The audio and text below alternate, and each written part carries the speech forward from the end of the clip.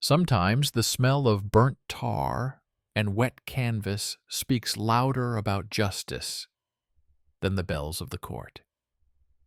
When the pillory was erected in the center of the city, no one looked directly at it, not even those who came for the spectacle.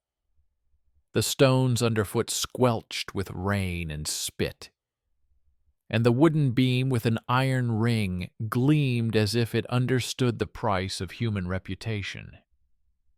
But by the middle of the 17th century, in one northern city, the pillar stood almost always empty.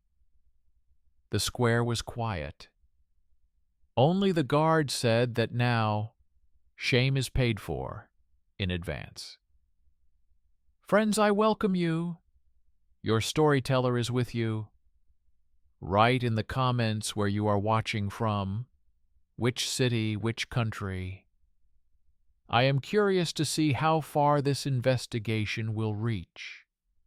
Make yourself comfortable and remember, sometimes the worst thing is not torture, but the price. Enjoy listening. The city in question was under the rule of a duke whose charter stated, "Punishment by disgrace is equal for all classes." But equality ended where accounting began. Historians found two registers in the municipal archives: the Book of Revenge, which recorded citizens who had been subjected to the pillory, and the List of Works of the Court of Public Services. At first glance, the documents are unrelated. The first contains lists of names, dates, and articles of misconduct: for perjury, for foul language, for cheating, when weighing bread. The second contains columns with the number of hours spent cleaning the courtyards of officials or repairing bridges. But in one of the lists, there was a name that appeared twice: Merchant Martin Veld. In the Book of Punishments, he was listed as tied to a post for cheating in trade. In the List of Works, he was listed as performing duties at the judge's house. The difference in dates is one day. The clerk, apparently, wrote it down at the same time. One sheet for morality, the other for the cash register. A coincidence? Hardly. At that time, public punishment was not only an act of justice, but also a form of urban theater. People had to see how the body of the guilty person became a bearer of shame. But if the body disappeared, the theater collapsed. The authorities lost their audience. To avoid this, officials came up with a substitution system. The essence was simple. The accused could redeem their shame through labor, but not for the city, but for the private courtyard of one of the officials. This was formalized as night duty, most often cleaning manure, carrying firewood, or cleaning sewage ditches. Everything took place without witnesses, but with a receipt. Locals called it honest work. In reality, as preserved complaints show, it was a paid way to avoid public humiliation. Not a penny went to the treasury. Everything remained with the person who ordered the correction. The system was convenient for everyone except the poor. They could not pay and were sent to the pillar. Sometimes they wore wooden plaques around their necks, on which their crime was written in charcoal. These plaques were then kept in the town hall as proof of correction. The City Chronicle for the year 1671 contains a strange entry. The square is quiet, although more than 20 have been punished. Historians did not understand what this meant for a long time, until they found the clerk's complaint book. It states, "Punishments are carried out at the walls of officials' houses where they cannot be seen by the inhabitants." This is how the phenomenon of shame without an audience came about. It broke the very principle of punishment, because the point of the pillory is to be a spectacle. Now punishment had become a service. The archives record the rates: 3 nights for theft, 6 for perjury, 12 for sacrilege. If the convicted person was wealthy, he could pay with silver instead of knights. The amount depended on the rank of the official at whose court the work took place. When a journalist, then still a freelance writer working at the city printing house, first stumbled upon these discrepancies, he decided that it was a copyist's mistake. But there were too many coincidences. For every empty day in the book of punishments, there was a person listed in the work record. The names matched with surprising accuracy.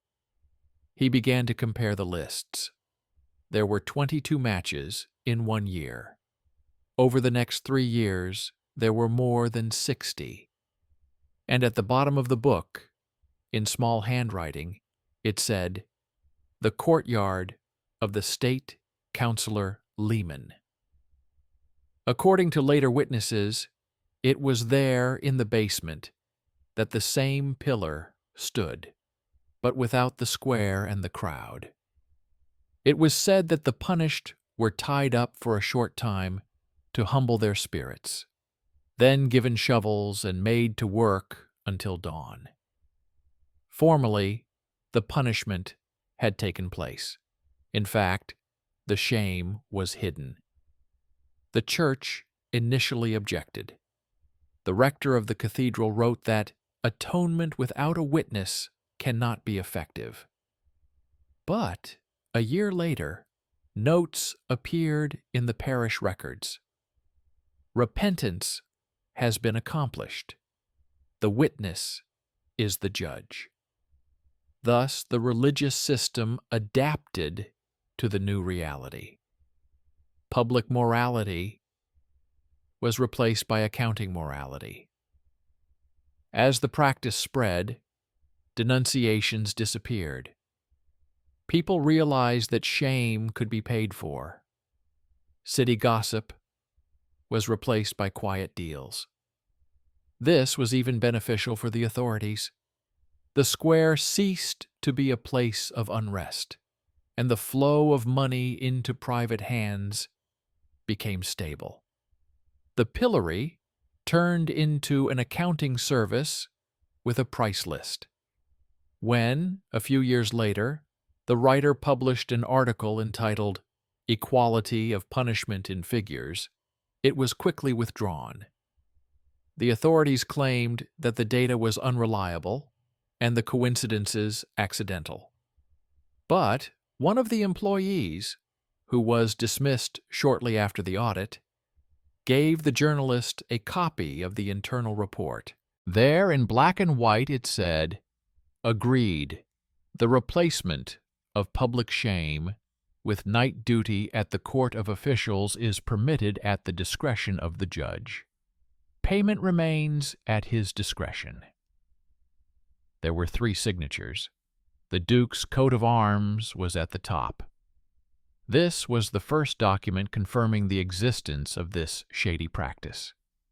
Its publication sparked a series of scandals. Some called it humanization of justice, saying that a person should not be humiliated in public. Others saw it as selling out the very meaning of punishment. But the worst thing was that the city could no longer return to the way it was. The pillar stood in the square, but it no longer frightened anyone. Its shiny ring was covered with rust. No one wanted to see the truth about themselves in it. Later, Historians would call this phenomenon the customization of shame. What had once been a symbol of equality before the law became a mirror of inequality. Servants knew that the richer their master, the quieter his shame. On paper, everything was according to the rules, but in reality, it was a matter of saving face. When the system began to collapse, they tried to justify it as a temporary measure. But it was then that a journalist discovered a new clue. Among the records for the year 1673 was the name of Judge Lehman himself. He was listed in the Book of Punishments for negligence of duty, but on the same day, he was listed in the night work records. This means that the judge redeemed himself. This fact became a turning point. The story turned from an internal incident into a political scandal. The city administration launched an investigation, but the documents disappeared. Only copies and letters remained, stating that everything was done according to the charter. The journalist continued to gather materials, fearing arrest. His notes are the only source from which it is possible today to reconstruct the economy of shame of that time. And yet the most striking thing is not that officials took money, but that the townspeople remained silent. Public punishment became a private matter. Shame became a commodity. The idea of justice turned into a receipt that could be paid before dawn. By the time the commission began its investigation, officials had already managed to rewrite half of the books. Pages mentioning matching names were torn out or smeared with ink. Only fragments remained, sometimes a single word: night, service, avenged. Nevertheless, even these scraps revealed the scale of the problem. In just 1 year, the amount of off-budget payments to officials exceeded the income from all city taxes. And all this under the guise of corrective labor. To understand how the system worked, you have to imagine the city at that time. Narrow streets, houses pressed against walls, dampness, the stench of manure and smoke. In the square where the pillar used to stand, there was now a market stall selling fabrics. The merchants said that this was a blessing. Since they had stopped bringing in the guilty, there were fewer fights and screams. But the silence was deceptive. In the shadows of the houses, there was a trade going on, not in goods, but in the opportunity to remain invisible. A journalist investigating the case wrote, "Shame has become the privilege of the rich. Those who can pay buy silence. Those who cannot pay with their faces." He was not exaggerating. One of the surviving records states, "The weaver, Peter Shore, was put to shame because he had no money to pay. His crime was late payment of taxes. On the same day, the apothecary was to be put up next to him for the same offense. But the apothecary did not come. He redeemed himself by working at the judge's court." This is how a new hierarchy was established. The pillory remained for the poor. The wealthy were punished quietly, their names removed from the lists after a few days. This was not just hypocrisy. It was a new form of social insurance. For silver, a person could buy not only freedom, but also reputation. Internal documents of the administration even preserved the rates. A sheet titled Assessment of Disgraceful Time contained a table. 1 night of labor, half a day of disgrace. That is, 2 nights could pay off 1 morning at the pillar. In monetary terms, that was 3 silver coins. For a craftsman, that was a month's rent. For an official, it was pocket change. The system also had a ritual aspect. Formally, the punishment was still carried out. The guilty party was taken to a basement or shed, where there was a pillar without a square. They were put there for a short time, and the clerk noted in the journal, "Correction begun." Then physical labor followed. Sometimes it was taking out the trash. Sometimes it was heavy manual cleaning of cesspools. Everything happened at night, so that no one would see. The next morning, the clerk would make a note. Shame is over.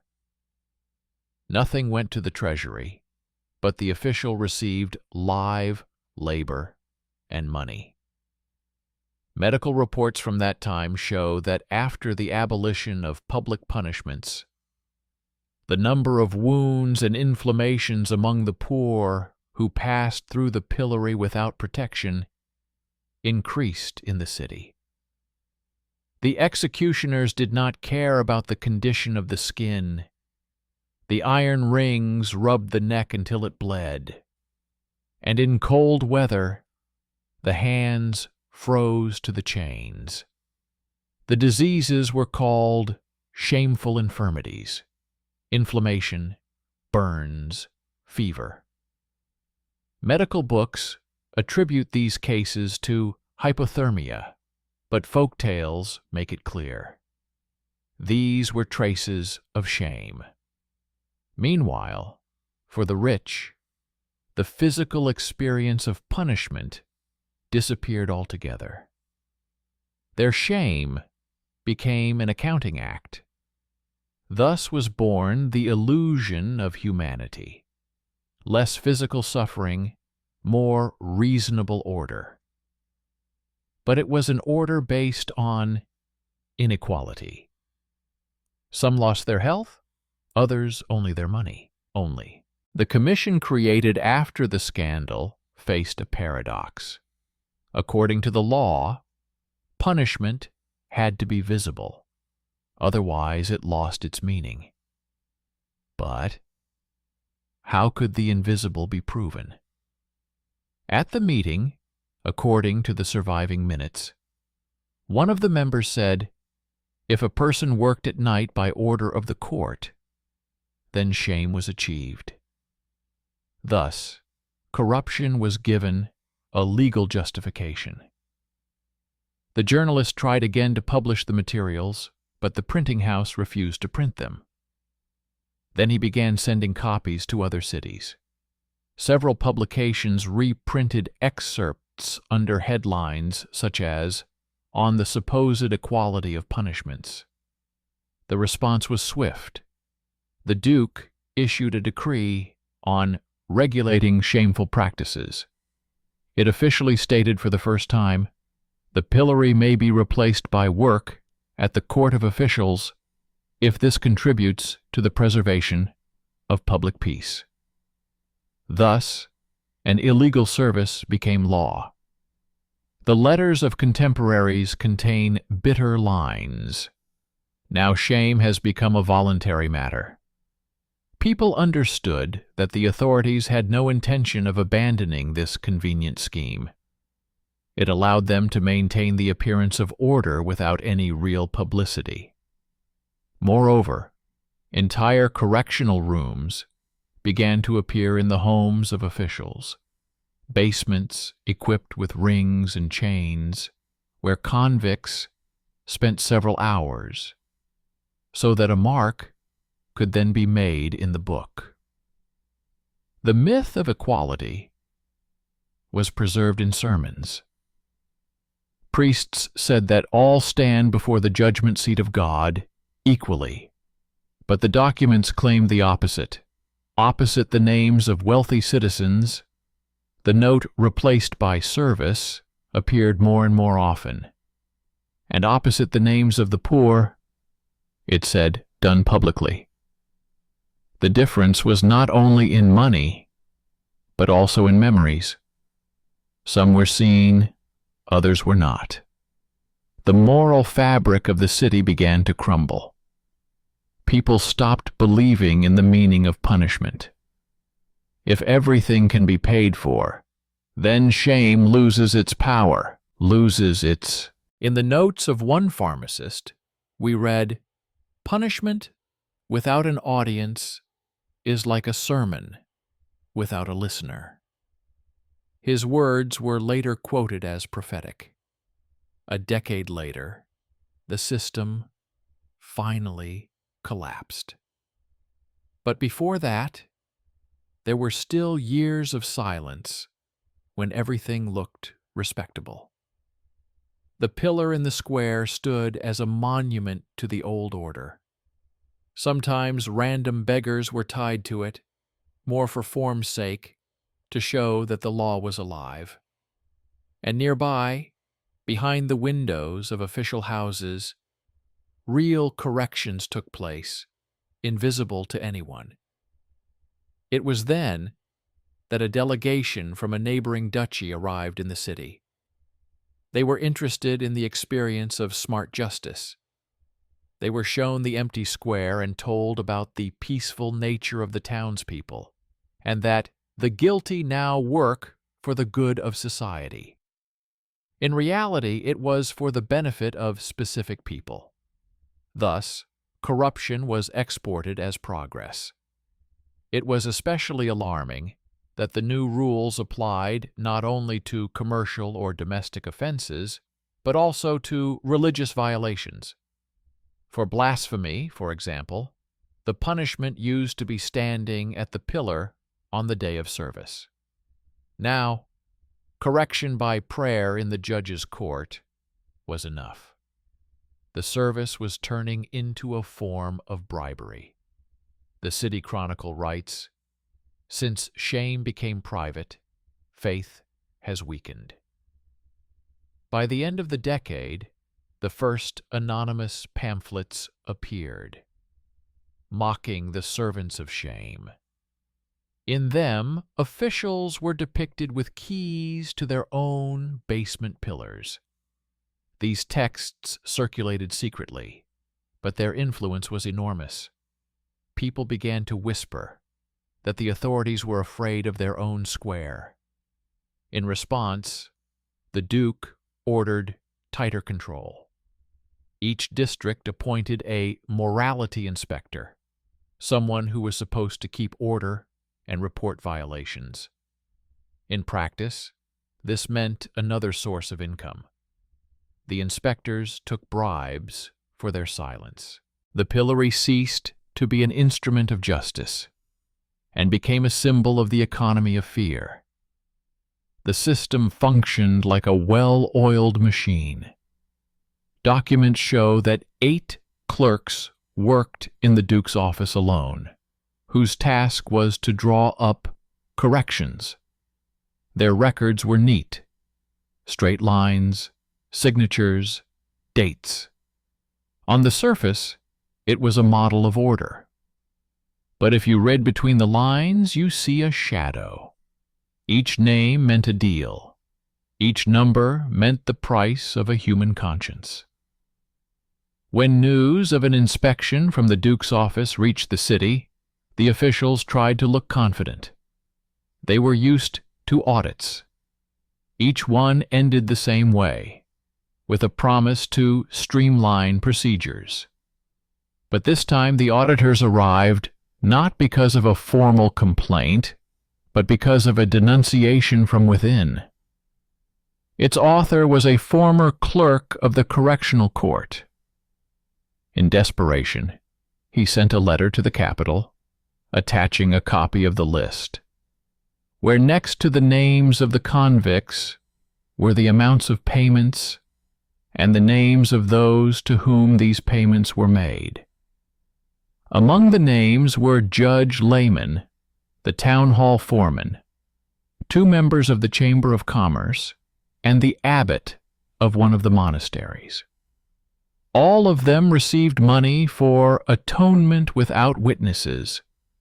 The clerk wrote that he could no longer remain silent because he had seen the rich coming out of the cellars without even getting their hands dirty. The letter reached the capital a month later, but the effect was explosive. While the commission was being assembled, rumors spread throughout the city.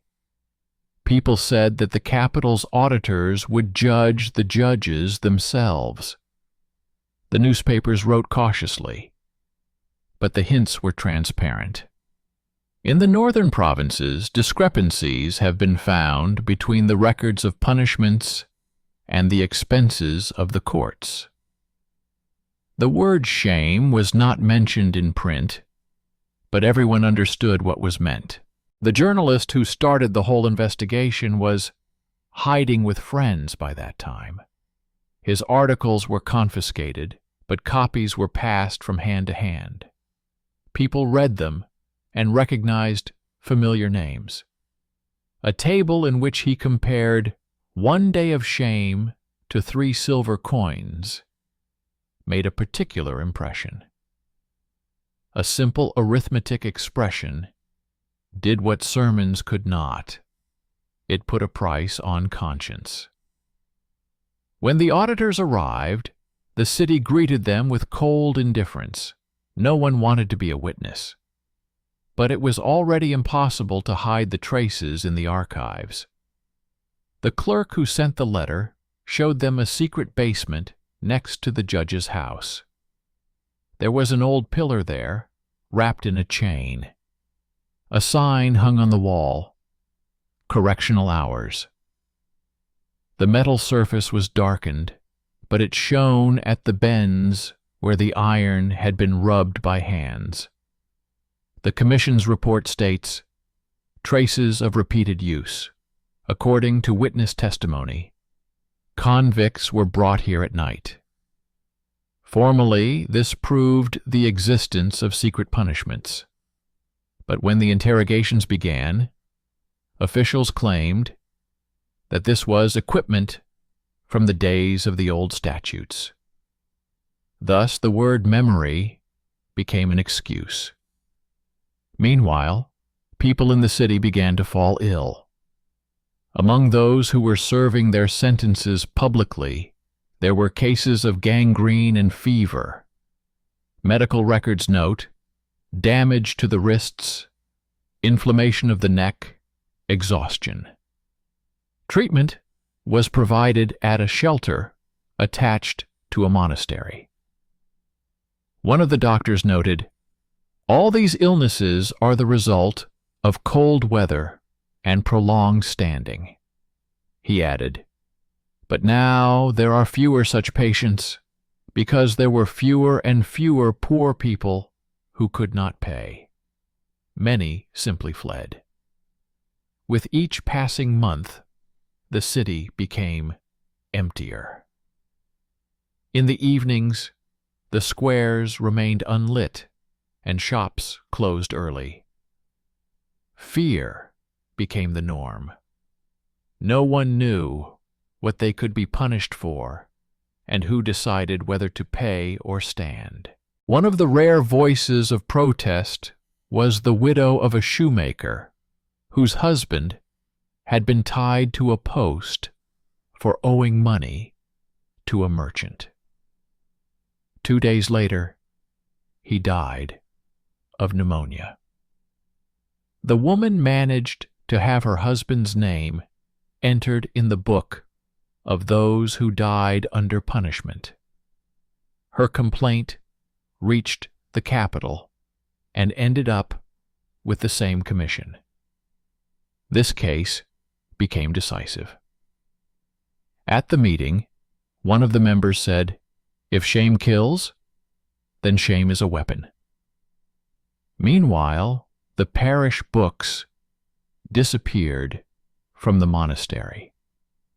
The abbot explained that they had been lost in a fire, but the auditors found a bundle of documents tied with string in the basement. Among them was correspondence between the church and the authorities.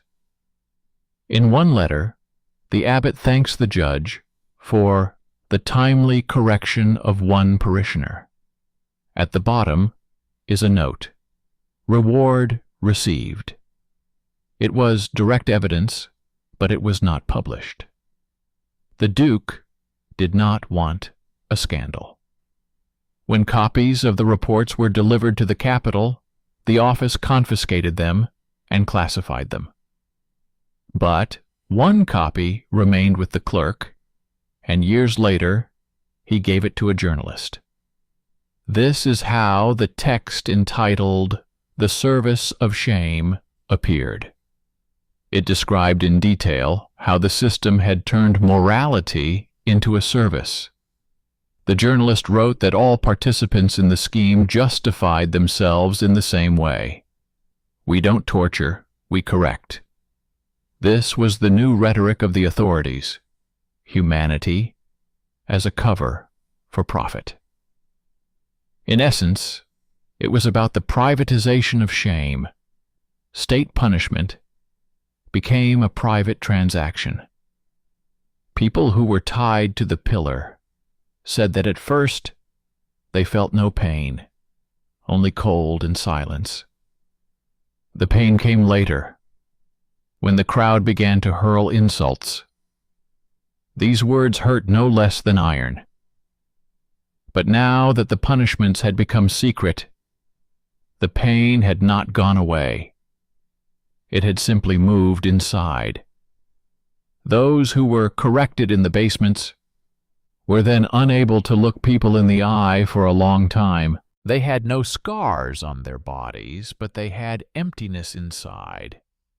Doctors at the time noted a strange phenomenon: silent fever. People who had undergone secret corrections lost sleep, became reclusive, and stopped talking. The doctor wrote, "They seem to be ashamed of something that no one saw." Today, this diagnosis would be called psychological trauma. But at that time it was considered spiritual weakness. At the same time, the first document leaks began. Someone slipped copies of receipts with amounts and judges' signatures into the printing house. The newspaper printed them under the guise of satire. The Duke ordered the publication to be shut down, but it was too late. The townspeople saw that there was a name opposite each amount, the names of those who were supposed to be examples of honesty. Talk of equality resounded in the streets once again. People asked, "If the rich can buy their way out of shame, why do they need a conscience? If punishment is a service, where is justice?" There was no answer. The judges remained silent, the priests preached patience, and the officials hid the documents. At that moment, a journalist did something no one expected.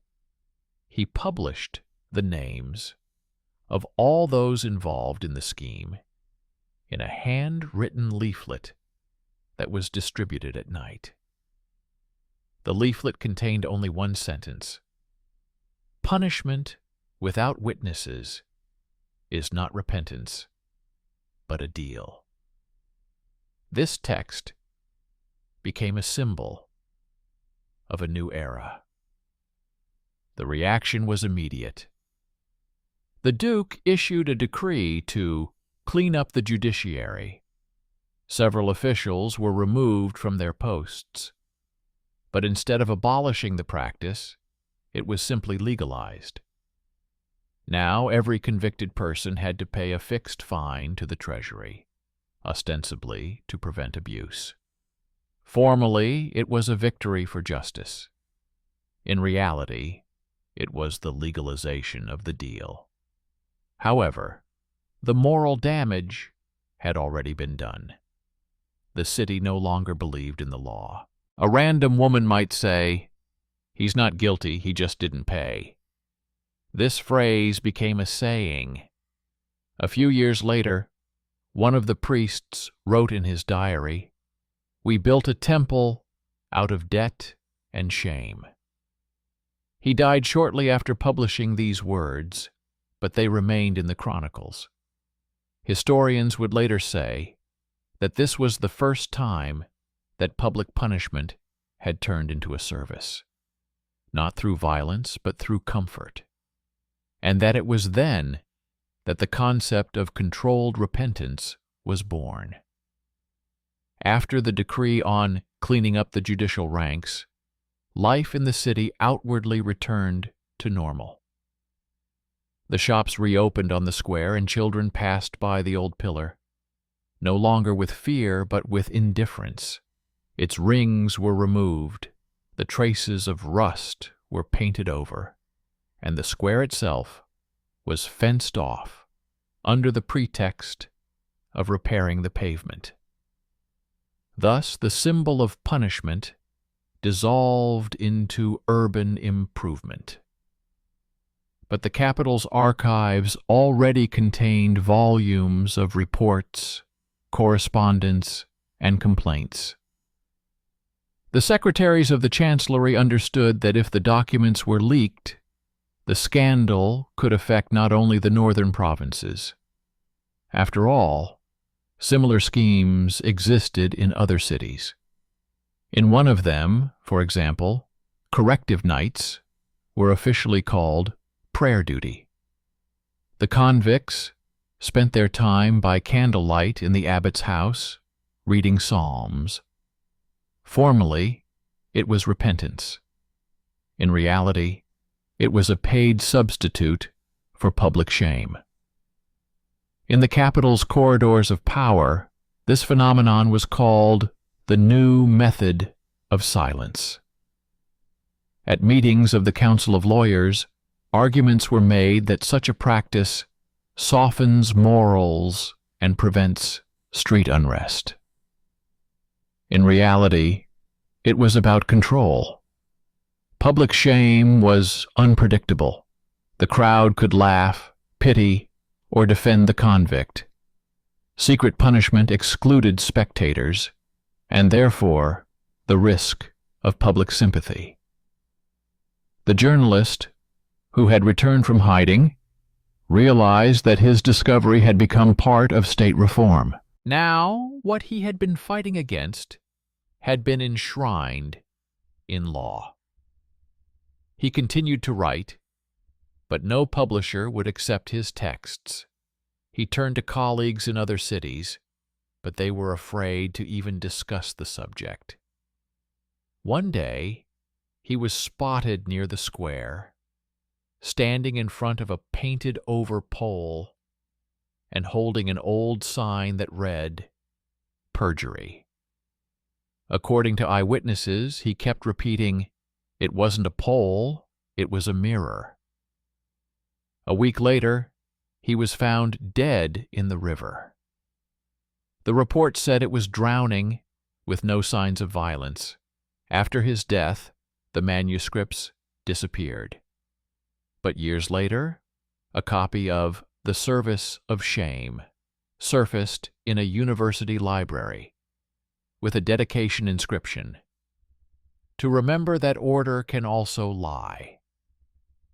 This document became the basis for historical research in the 18th century.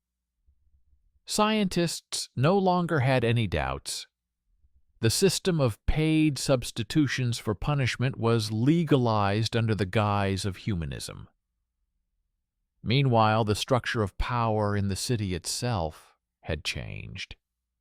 Instead of judges who had their own courts, government officials were appointed who reported directly to the Duke. The pillory was officially abolished and replaced with penalty statutes. Now a fixed amount was paid to the treasury for offenses. It was said that this was a victory of reason over cruelty. But the archives show that the share of fines that went into the private hands of officials did not disappear. It simply changed form. The new statutes stated, "Anyone who sins against the law can atone for themselves through labor or payment." The word shame disappeared, but the essence remained the same. Disgrace became an accounting entry. And although there were no more cries in the square, the fear of judgment did not disappear. People were not afraid of chains, but of debts. Over time, this gave rise to a new phenomenon: debt shame. Whereas before a person was paraded before the crowd, now their name was simply posted on lists of debtors. Newspapers printed columns titled "Insolvent Payers." It was the same form of public humiliation, only couched in business language. Numbers replaced iron. Priests initially protested. They saw how repentance was losing its meaning. But the church was also part of the mechanism. For each correction, a share went to the treasury, part of which went to maintaining the needs of the temple. Thus, morality was replaced by estimates. In one of the sermons from those years, there is a phrase, "The soul is purified in the same way as the treasury, through accounting." The clerk who sent the denunciation and thus initiated the investigation ended up in a monastery. His name was removed from all lists, and the documents stated that he had left the service due to infirmity. In reality, he was kept under surveillance for the rest of his life. He copied church books, not being allowed to touch secular documents. Before his death, he wrote, "I saw how conscience was measured by the hour." Historians who studied this period would later call it the era of invisible justice. It was then that punishment ceased to be physical and became internal.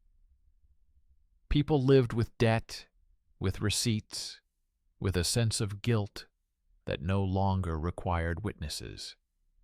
It seemed civilized, but in reality, it became a convenient tool of control. The Duke, who approved the new statutes, gained a reputation as a reformer. His name went down in the chronicles as that of an enlightened ruler.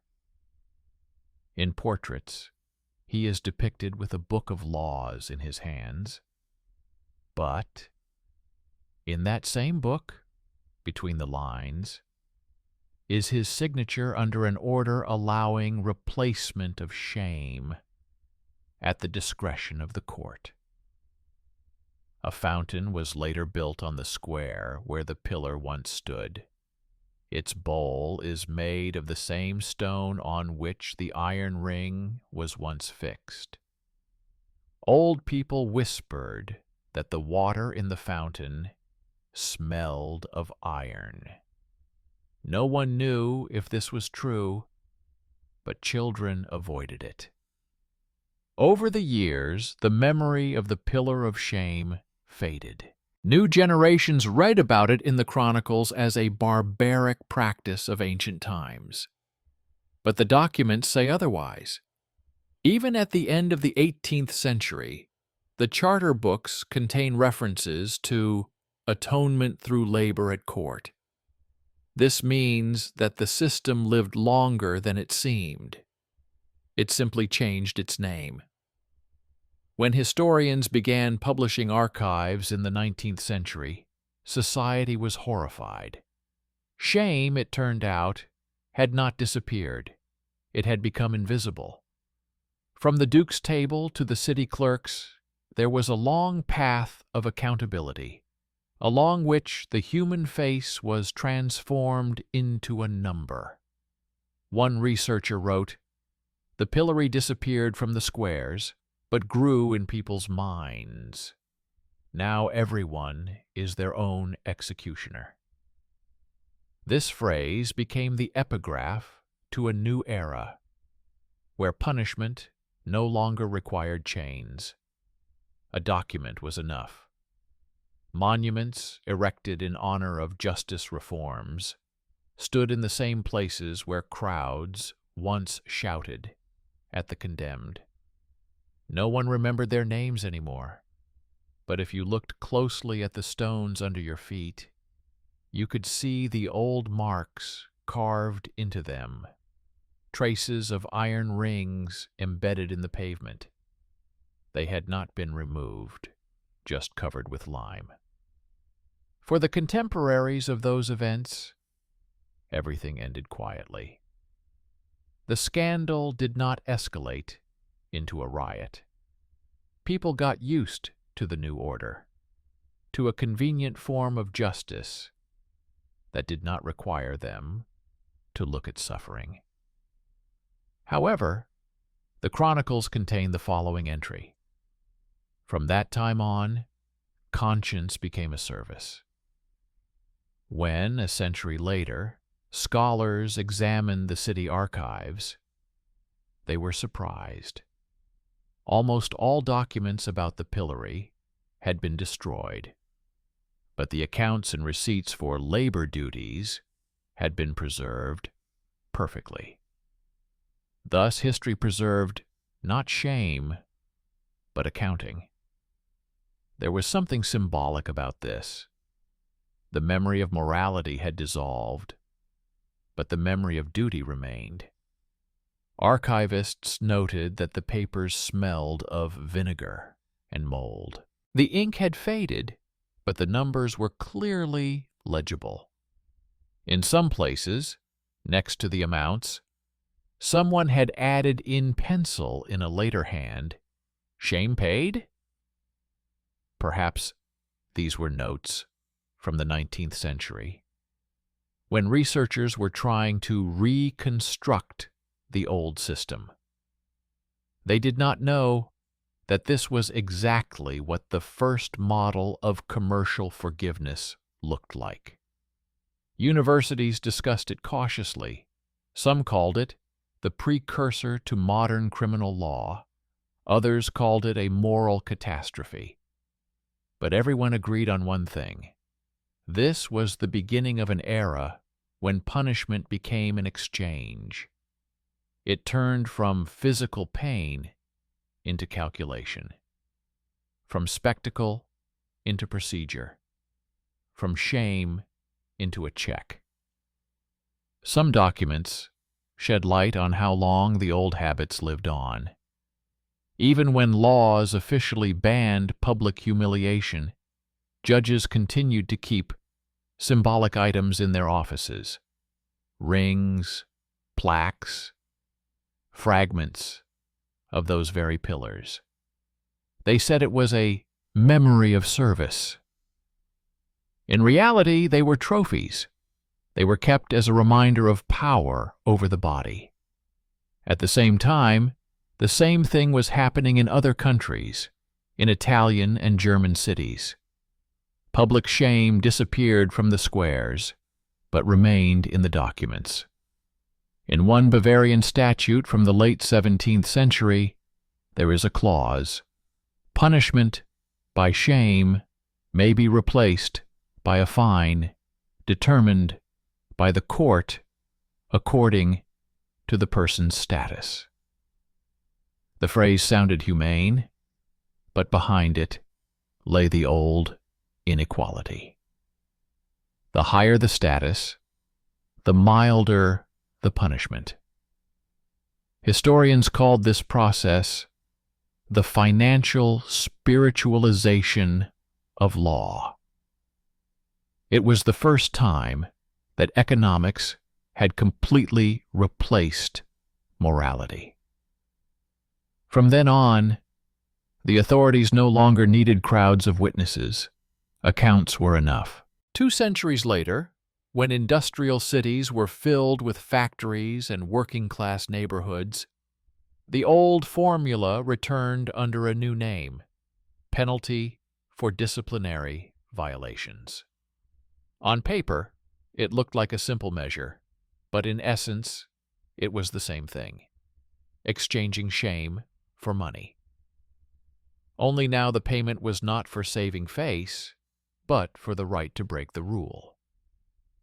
In the 19th century, a French philosopher who studied the archives of the northern duchies wrote, "Public execution is dead, but its spirit lives on in reporting." He was referring specifically to this city and its system. In his notes, there is a short note: "Where there used to be a pillar, there is now a fountain. People drink water and do not know that it flows over the stones of shame." While in the West such practices were studied as curiosities of the past, in the city itself, the memory of them was preserved in folklore. Old women told children, "Don't look into the water. It reflects those who stood there bound." These were superstitions, but there was truth in them. The collective sense of shame did not disappear. It just became impersonal. With the development of newspapers and bureaucracy, the pillory took on a new form: publications. Now people were not put against a tree, but on a page. The newspaper was called City Announcements. At the bottom, in small print, was a list of those disgraced for their debts. It was a pillar made of paper, cold, but just as effective.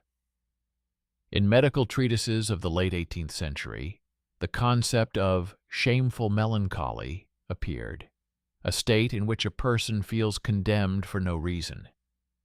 Doctors considered it a nervous disorder, but historians saw it as a social symptom. Where punishment became invisible, shame settled inside. When, in the 19th century, the city authorities decided to establish a museum of antiquities, the question of the pillory became a stumbling block. Some wanted to display it as an artifact. Others wanted to hide it. The latter won. The pillar remained in the basement of the town hall, dismantled into pieces. Only the ring, corroded by rust, was displayed under the sign, "Medieval Forms of Punishment." No one explained that this ring was used for another 100 years after its abolition. Generations came and went, but the form of power over the body and name did not disappear. In the statutes of the 19th century, shame was no longer called disgrace. It was replaced by the words public discontent. It was the same feeling, only without bells and public squares. People themselves began to fear losing their reputation more than their freedom. Where corporal punishment had previously been used, silence was now used as punishment. The authorities learned not to show punishment, but to create a feeling of being watched. They said, "If you are guilty, you know it yourself." Thus, conscience finally became part of the control mechanism. In the 20th century, sociologists would find that very list with double names in the archives and call it the first register of privatized punishment. Seminars will discuss how society learned to control shame, not with a stick, but with a document. And it all started when one judge did not want to spoil his square with a noisy execution. Only one name will remain a mystery, that of the clerk who once reported on his superiors. His signature on the reports is neat and small. In the margins is a short note. If justice is not visible, it dies. These words will later be engraved on a memorial plaque in the university library. Historians still argue whether this system was progress or moral decline. Some say it saved lives. Others say it killed the concept of equality. But no matter how much they argue, everyone agrees on one thing. Since then, the world has stopped believing in the purity of punishment. Every court decision became a reminder that somewhere, someone had already paid the price. Today, an administrative building stands on the site of that square. Beneath it, under a layer of slabs, lie the remains of the old pillar's foundation. No one knows where the ring is or what happened to the plaques. Only sometimes, when it rains, does water run down the walls of the building, leaving brown marks that look like rust. People say it's just dirt. But old archivists whisper otherwise. It's memory. And when you look at these marks, you realize that the pillory never disappeared. It just moved to where it cannot be seen, into papers, into accounts, into reports, into the fear of making a mistake, and perhaps into ourselves.